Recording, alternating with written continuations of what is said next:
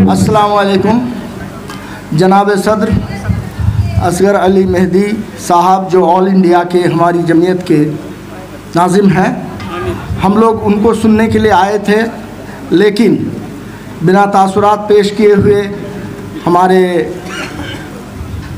सदर ने जाने की इजाज़त नहीं दिया। इसलिए मुझे बहुत खुशी है इस बात की कि जनाब मुफीजुद्दीन रियाजी साहब ने जो कोशिश शुरू की है, बड़ी बड़ी गलतियों पर सबकी नज़र जाती है, लेकिन छोटी गलती पर बहुत कम लोगों की नज़र जाती है।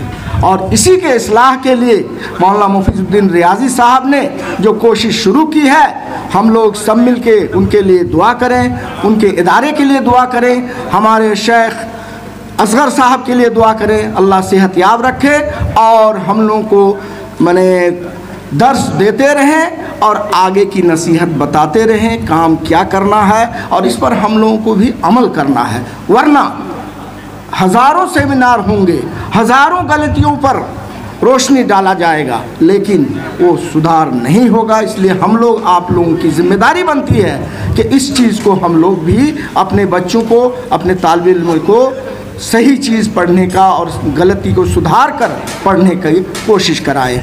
और